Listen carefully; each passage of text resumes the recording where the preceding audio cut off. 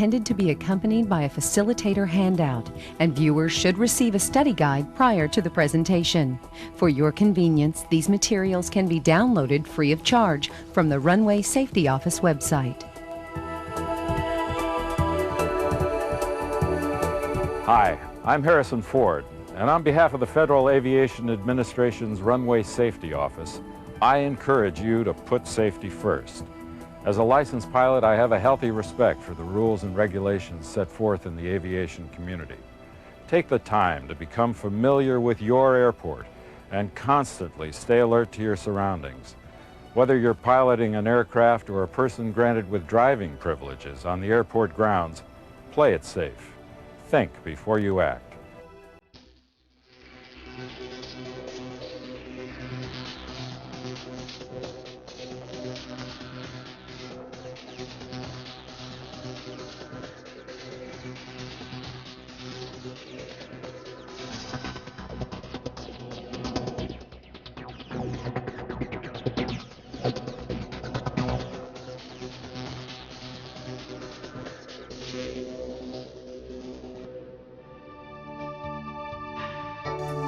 The Airport Operations Area, commonly known as the AOA, is a busy environment at any given airport. This is the area on the airport grounds that includes ramps, taxiways, runways, and roadways. Essentially, it consists of everything inside the perimeter fence. Any person driving a vehicle on the AOA is subject to specific operating procedures. Prior to driving on the AOA, one should know and understand the vehicle operating procedures in effect at your airport. There is no room for deviation, as the procedures are to be followed precisely to ensure everyone's safety. From baggage handlers, fuel truck operators, caterers, to maintenance technicians, everyone plays a vital role in the aviation community. In addition to routine airport operations, there may be construction crews, shuttle services, and pedestrian traffic adding to the dynamic activity of the airport.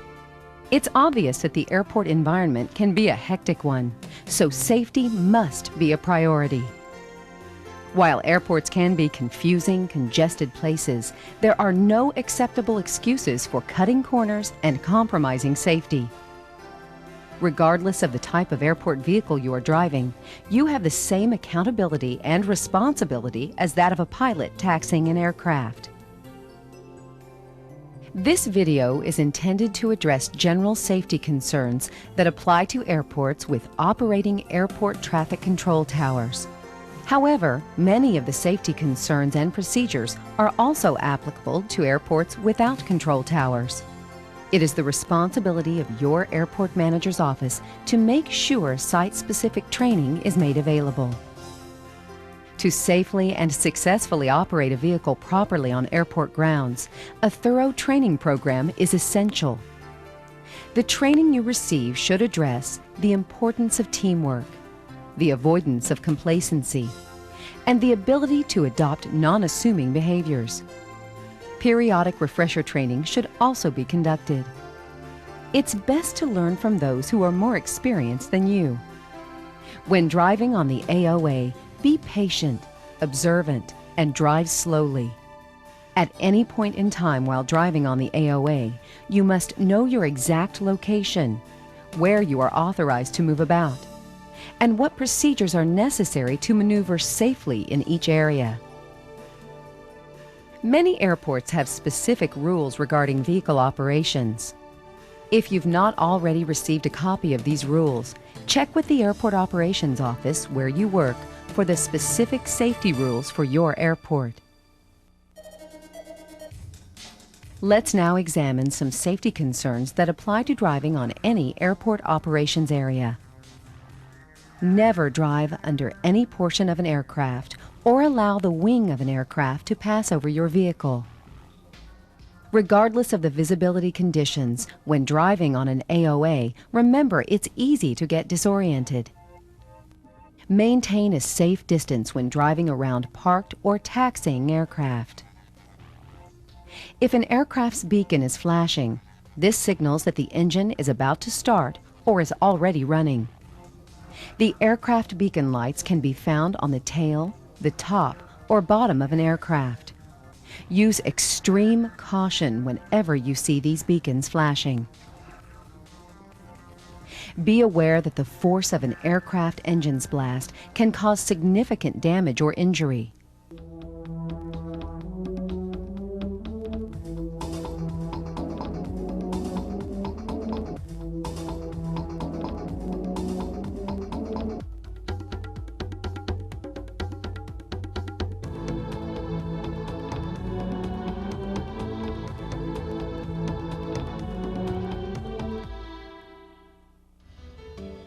When driving about on any airport area, don't assume that a pilot can see you.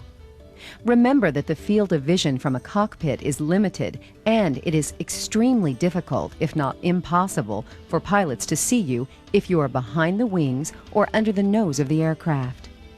Remember that aircraft always have the right-of-way. Whether you are driving on the AOA in the daytime, nighttime, or in poor weather, your vehicle should be properly equipped for safety. This means your vehicle should have appropriate beacons and reflective markings. If you are authorized to operate on runways and taxiways, the vehicle may be required to have proper lighting and a working radio. At the beginning of your workday, be sure to conduct a walk-around inspection of your vehicle to ensure it's in safe operating condition. Equally important among safety concerns is knowing the location of the airport fire station. Be aware of emergency vehicles and yield to them when they are responding to a call. Besides yielding to traffic, pay particular attention to the color and orientation of signs and markings and lights that you see on ramps, runways, and taxiways. They provide vital information, and everyone should know their meanings and abide by them. Please remember that every airport is unique, and not all AOA signs, markings, and lights that you see in this video will be found at your airport. We encourage you to check with your airport manager's office first to find out the specific markings and signs being used at your airport.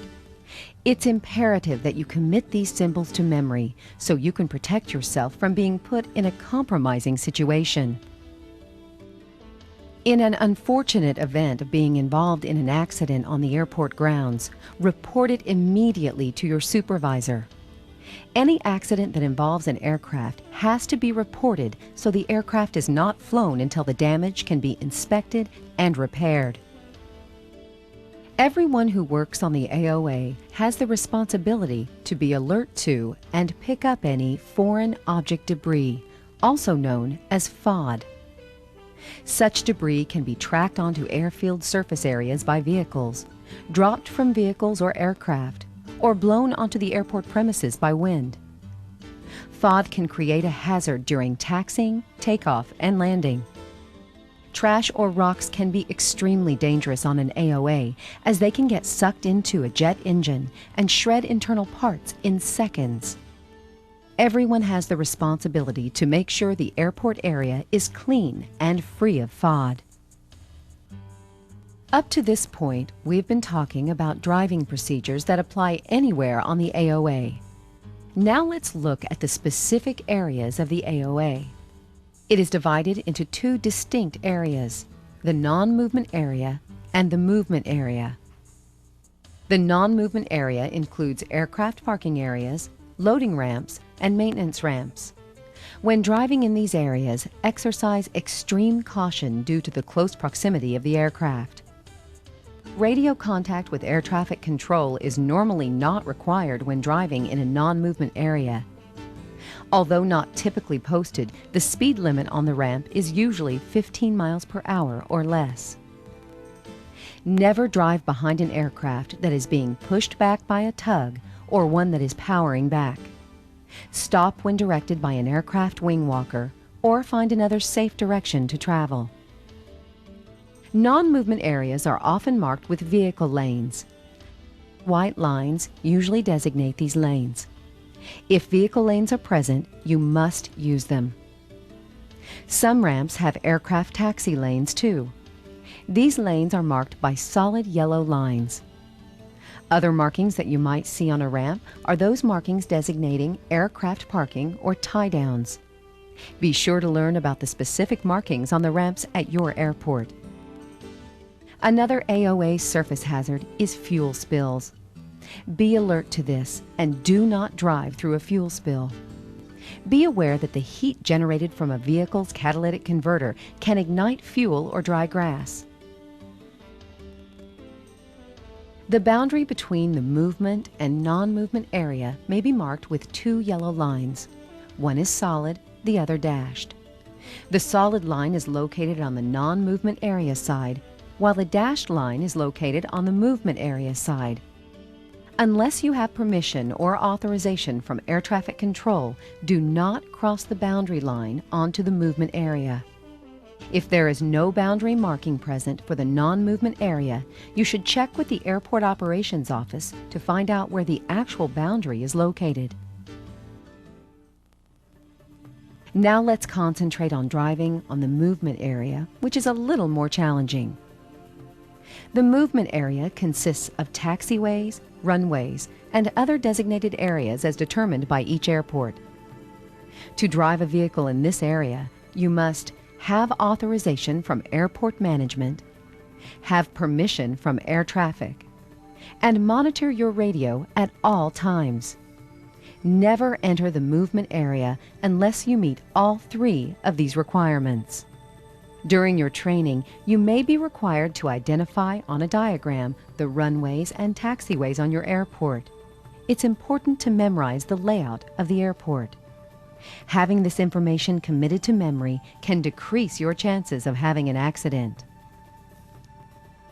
Markings, lights, and signs all have very specific distinctions in the movement area.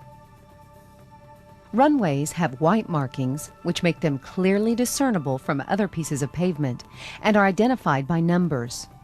These numbers are located at both ends of the runway. Normally on runways you will see white edge markings and center lines. Edge lights are typically white.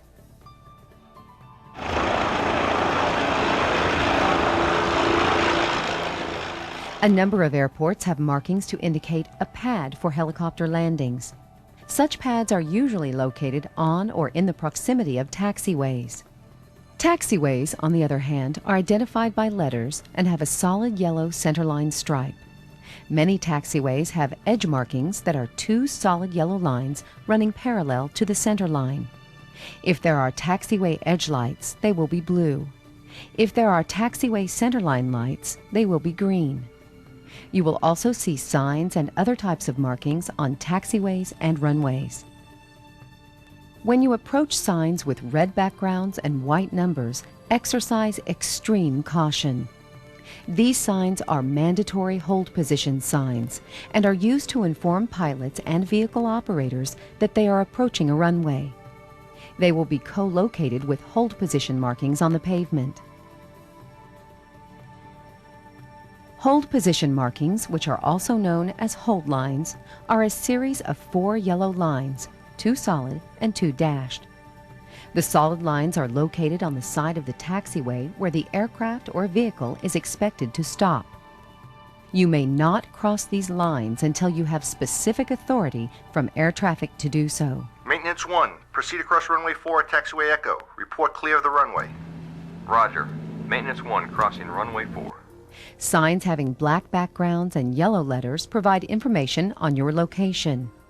These signs tell a pilot or vehicle operator on what runway or taxiway they are currently located.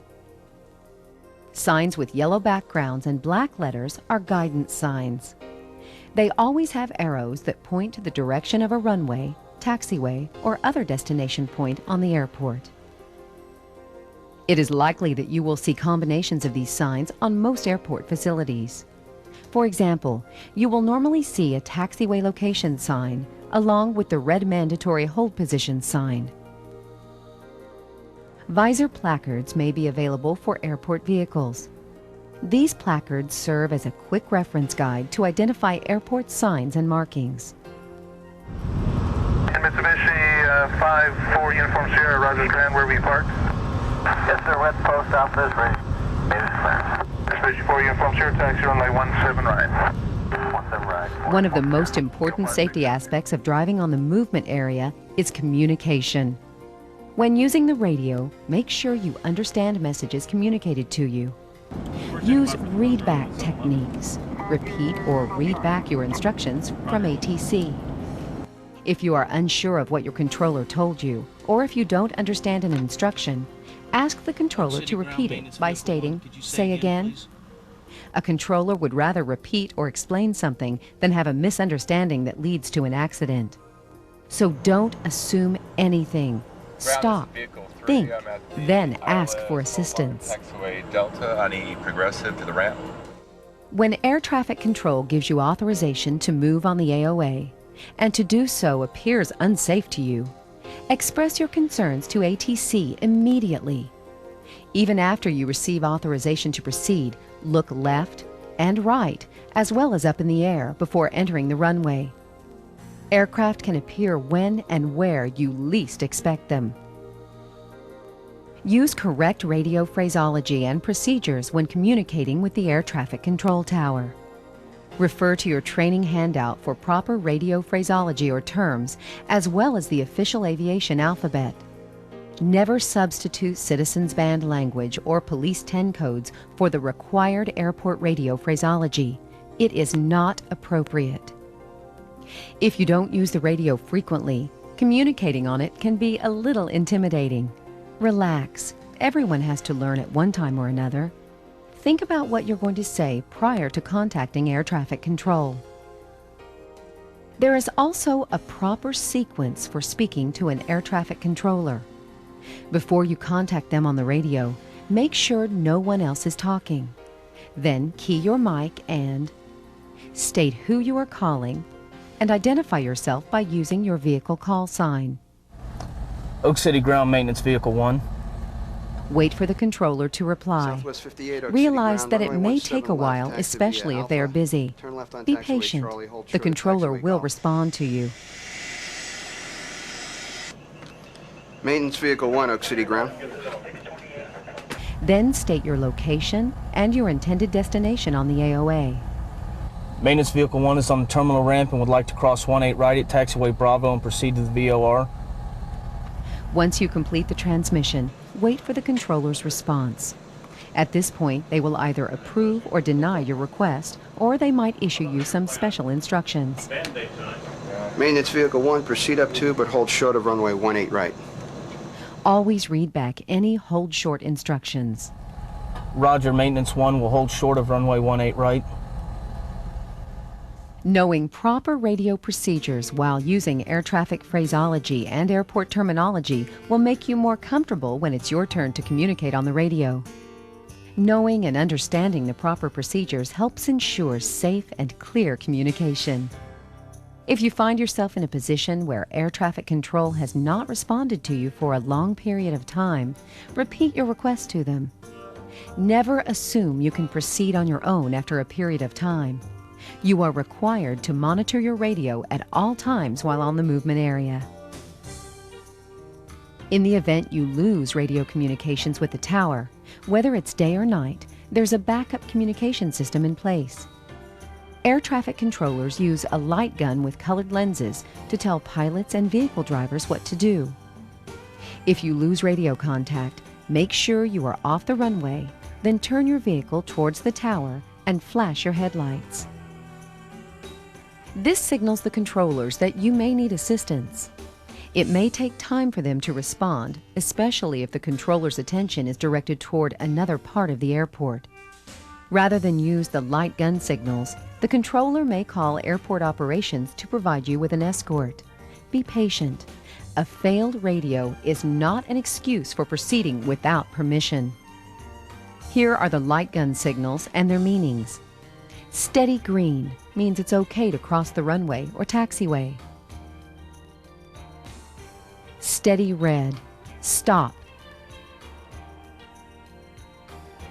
Flashing red, move off the runway or taxiway. Flashing white, return to your starting point on the airport. alternating red and green. Proceed with extreme caution. While it may seem like there's a lot to remember when driving on an airport operations area, remember to use common sense. Think before you act. Become familiar with the layout of your airport. In summary, before you begin driving on an AOA, be sure you know the following: the layout of the airfield, taxiway and runway designations, the purpose and meaning of airfield signs, markings, and lights, your airport's specific AOA rules, the proper radio procedures, frequencies, and phraseology if you operate on the movement area. Once you become familiar with the operating procedures and regulations of driving on an AOA, don't allow yourself to become complacent. When in doubt, ask questions. You can never be too safe. Everyone has responsibility when it comes to safety. For information about your specific airport facility, contact your airport manager's office. For further information on the subject of airport driver vehicle safety, contact the Federal Aviation Administration Regional Airports Division, the Runway Safety Program Office, or visit our website at www.faa.gov/runway safety.